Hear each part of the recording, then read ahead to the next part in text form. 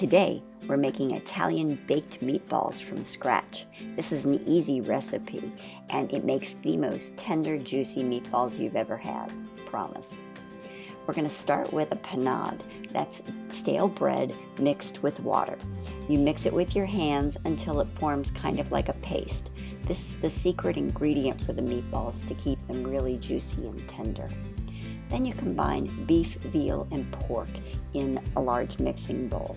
It's important to have 3 different meats to give it that flavor. Add the panade and mix it well with your clean hands. Then season with kosher salt, black pepper, onion powder, granulated garlic, and dried oregano. Mix it well.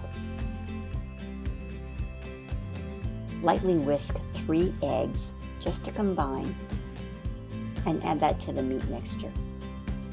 Add Parmesan and Italian parsley. So this is the meatball mixture. I like to use a cookie scoop to make the meatballs and portion them out evenly. That way they cook at the same time.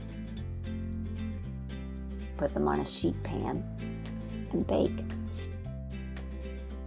If you're going to simmer the meatballs in sauce, you'll want to par bake them for about 18 minutes. Otherwise, they're great on their own. This is one of our favorite ways to use them, in a pan sear with a little bit of pomodoro sauce, ricotta cheese, Parmesan, and some garlic bread. Makes a great appetizer. I hope you enjoy.